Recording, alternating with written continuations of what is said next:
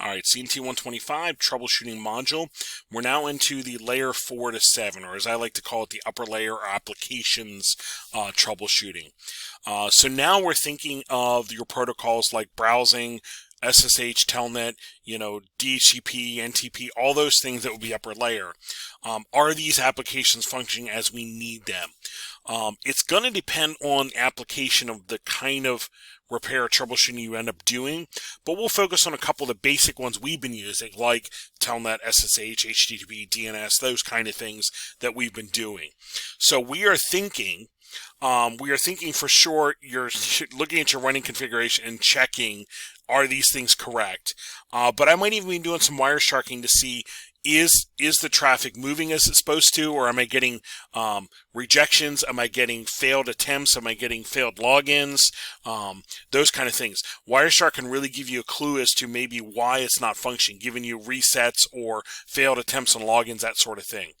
I might even be doing some NS lookup or digs to see what is the DNS server telling me. Maybe the DNS server is pointing me in the wrong direction, and that's why we're not getting a connection. So I'm going to need to think a little bit wider now on what might be the cause. Okay, so let's go back and take a look at, and actually in here, it's going to depend on the protocol, what we would do.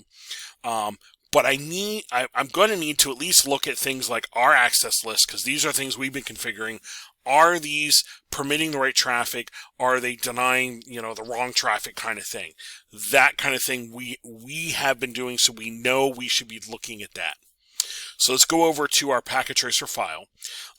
When we left off, all workstations were able to browse over to the web server, but we really didn't check anything else. We didn't really see if anything else was functioning as it should.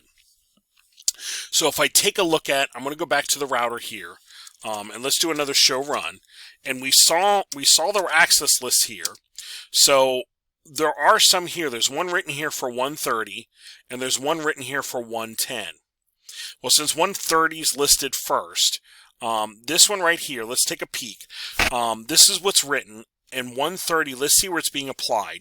130 is being applied on the wireless VLAN. So right there, wireless VLAN. So we're looking at that now going, what should be getting done? Well, as we've been doing labs, we've been setting it up to permit just the necessary traffic and everything else gets denied. That's how we've been doing it. That's most likely what they're attempting to try to do in this network. So if I take a look at that with that mindset, they're permitting, the first two lines are permitting DHCP. That makes sense. The next line here is permitting World Wide Web, so we're going to look at that closer. The DNS is here, the DHCPs were NEN equal to boot PS, NEN equal to boot PC, good. And they're UDP, so they look like they're functioning correctly. TCP here, here's our source network, 192.168.192.0, inverse mask. We checked that earlier. That's the right inverse mask. So permitting from this subnet, and again, I'm going to double check that. Is that the right subnet? 192.0, yeah, that's the right subnet. Going anywhere equal to www, that's port 80. The next line is TCP, same subnet. Going anywhere equal 443. Well, that's your HTTPS. Good. So these lines are permitting web traffic. So we're seeing DHCP and we're seeing web traffic. And then we see a permit IP any. Ooh, okay. I probably shouldn't see that, because that's now, it's saying a couple lines are permit, then it's like, oh, by the way, anything else on the planet is going to be permitted. We probably don't want that, because that's not what you want on a wireless network. So what I'm going to do is I need to get rid of that line, but I'm going to show you something here. When I try to edit that, more times than not, the whole access list is going to go away. So I'm going to copy what's there. I'm going to open up my notepad. I'm going to paste it in so I have it. I really want to get rid of this last line. But I'm in my router. If I go back to my router and say, if I go in here and say config T, and I say no access list 130 permit IP any. Okay, because that's the line down here that we want to get rid of. If we do that, what usually happens, I'm going to go down here. What usually happens is, oh no, the whole access list goes away. Yeah, so that's why we throw it over here in Notepad. And I'm going to get rid of that line. That's the one we want to get rid of, and I'm going to take a look at this again. Okay, let's copy that, and let's paste that back into the router. So we got rid of that line that probably shouldn't be there. And we're going to do config T, and we're going to right-click or paste in there my access list, exit, and let's do a show run here. Okay. And here it is right now. Okay, so it's permitting DHCP, permitting web traffic. Okay, so for the wireless, let's go over here and do a test on that. I'm going to do, we'll go to ipconfig here. Actually, we'll do it this way. We'll do it through command line. We'll do ipconfig/release, and we're going to do ipconfig renew.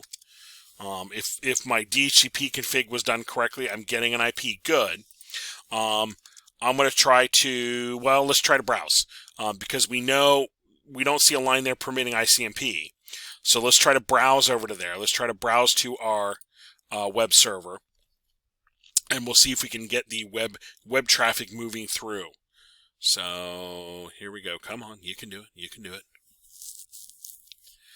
Acting a little slow here today. Acting a little slow. There we go. So www.cnt.org, or if you're in the lab room, you're going to Google. We're going to try to load that. And it looks like it's taking its grand old time.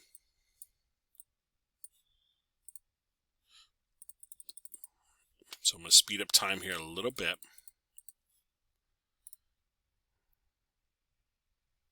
And we see host name resolved.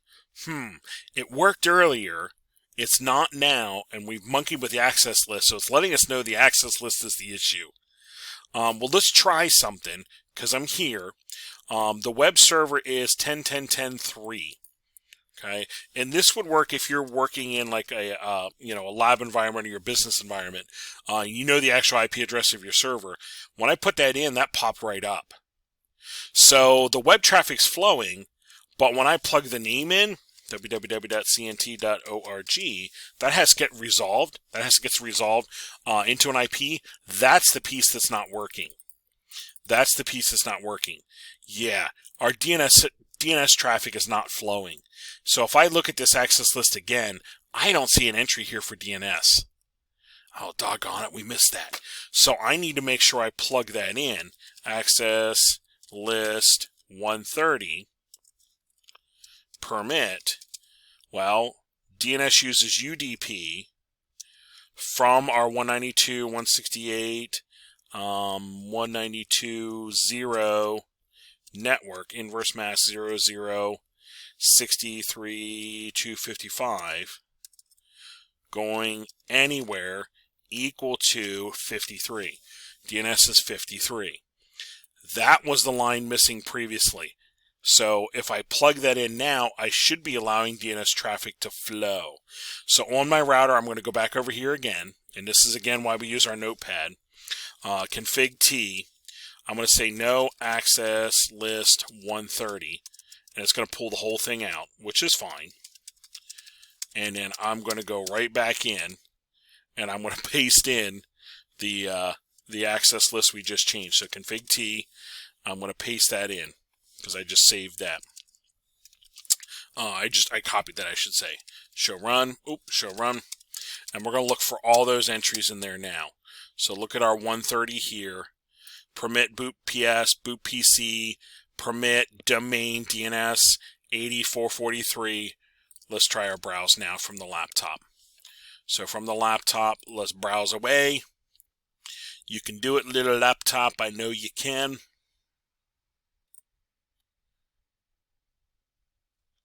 Here we go. Slow, slow, slow. www.cnt.org. And that baby pops right up. So now we have the access list tuned to what we think it should be for this site. And actually, this is kind of the access list we've been building for most of our labs. So I'm going to save that. I'm obviously going to save. I'm going to save my packet tracer progress. I'm also going to save on the router. Copy, run, start. And that's why I showed you earlier on how to copy these into a notepad file and work with them there. So with that in mind, our workstations over here, these workstations over here, let's take a look at their access list. It looks like a 110. Let's take a look at where 110 is applied. It's being applied up here. Yeah, it's being applied for the PCs. So let's take a critical look at that guy. Oh my goodness, we see a permit IP there as well. So let's take this whole thing. Let's copy this guy.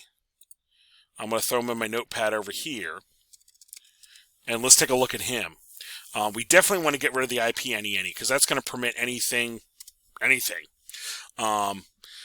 This is now permitting, okay, here we go. UDP, NENE, boot PS, NENE, boot PC, good. We're seeing a permit for 22, so that's SSH. We're seeing permit for Telnet. We're seeing a permit for World Wide Web, and we're also seeing a permit for HTTPS. But I don't see DNS in here again. So, all right, doggone it. Let's get that in here.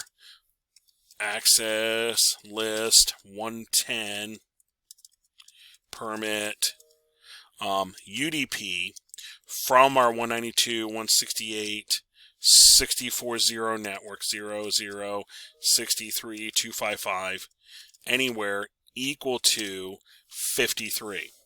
Okay, equal to 53. So we now have the permit the DNS there, plus these other things. And we're hoping these are what they needed. We're hoping this is what they needed. So they are permitting Telnet and SSH. So we'll copy that. I'm going to go back to the router right away here. And let's pull that 110 out. So config T, no access list 110. And we're going to turn right around and paste in the one we just changed. So exit, show run on this guy. Okay. So now here's our 110. We're seeing the DHCP, we're seeing domain, we're seeing SSH, Telnet, web, and HTTPS. So real quickly, I will do a copy run start on this guy. And I'm going to try my workstation down here. Let's try to browse over there. So we should be able to browse by name now. It worked before because the IP line was in there. It was permitting the DNS traffic.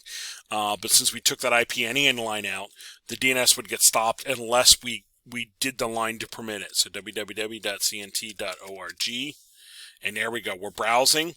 I'm going to go to the desktop, and we should be able to SSH and Telnet. And on this one, I created a little, over in the ISP, I created a little Telnet and SSH test. So this would be like a router at another site, if you will. So I'm going to Telnet SSH over to this guy right here, 10.10.10.5. Or I could use the ssh.cnt.org if I wanted to as well. So I'm going to try that test as well to make sure SSH is working. So we'll do, what do we do? ssh.cnt, ssh.cnt.org, and the username is test, and the password's password. So I'm going to try to connect. Good. Password. Yeah. So we're into that router over there. So now SSH is functioning, web is functioning, DNS is functioning, DHCP is functioning. You know, if I wanted to double check that, I could do a release renew, IP config, release, IP config, renew, and it should be picking up my 192s, and it is. So that's the process we would work through to check this upper layer stuff, which for most of what we're doing right now is going to be access list focused, permitting, denying certain traffic through. So there is our troubleshooting module and checking the upper layers. One last little closing tip. I have here at the end, this week in lab on the troubleshooting lab, we're going to be doing just this. I'm going to have you work through the layers and troubleshoot a bunch of problems in our lab network. I'm going to give you configs that are broken, and you're going to slowly fix those and bring those online. Same method we just did here. Part 2, your partner is going to break something for you. Your lab partner is going to break something for you, and you're going to try to troubleshoot it. Use your skills. And part 3, I have some packet tracer files that I'm going to have you download and troubleshoot. There's just a few problems there, not like today, but there is problems in there for you to practice as well. I'm trying to give you practice in a number of different ways. It's like riding a bike. The more you do it, the better you get. For the lab final, you're going to have to do the same kind of thing. I'm going to have some packet tracer files you download and troubleshoot. So there's our troubleshooting module.